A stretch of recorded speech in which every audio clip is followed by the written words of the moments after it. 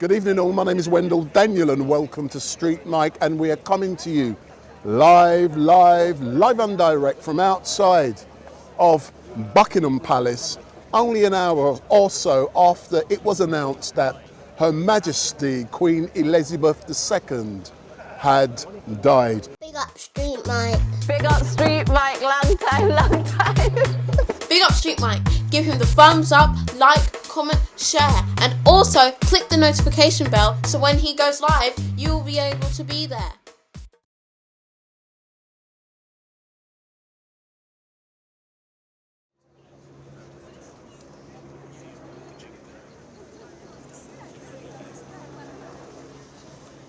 So it has just been announced that Queen Elizabeth II has died, and we are outside of the gates of Buckingham Palace.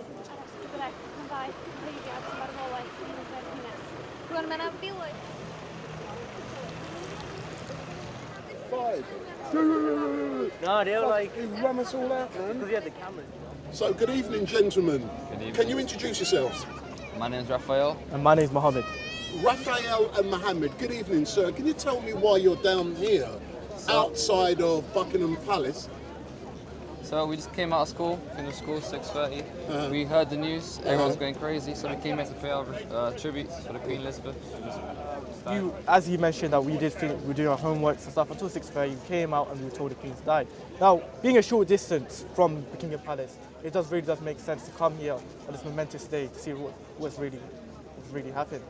Now, Queen Elizabeth II has came with us for a long way with Britain. She's gone through us with wars and through recently COVID-19. And I actually arrived down here about 3 hours ago, and I was actually down by the gates of Buckingham Palace with my camera, and unfortunately the police from down this area, who does protect the estate, they protected the Parks Police, they actually asked all of us media people with big cameras to move back, and unfortunately we were not able to engage with all of the people who are actually in front of the gates showing their respect for the Queen.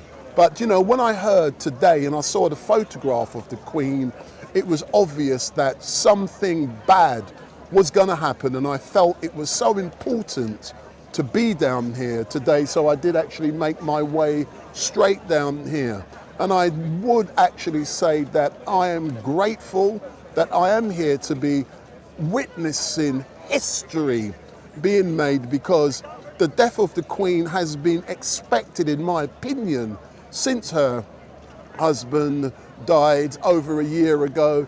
And we can see by the imagery that was being put out, we can see by the number of cancellations of important events that was happening, that the death of the Queen was quite imminent. And then, you know, after earlier on this week when Liz Truss and Boris Johnson had to go to the Queen, and then the next day we heard that there should have been a big meetings with, forget the name of the groups now, but it was not the Commonwealth group, but you know, that was cancelled, and in the background we can hear there is a round of applause again, and I'm assuming it's not for StreetMic, it is for the Queen. But when that meeting was cancelled, we knew that something very serious was happening. And when I heard the report that had been made from the doctors, that they were very concerned about the health of the Queen and that her family were flying out to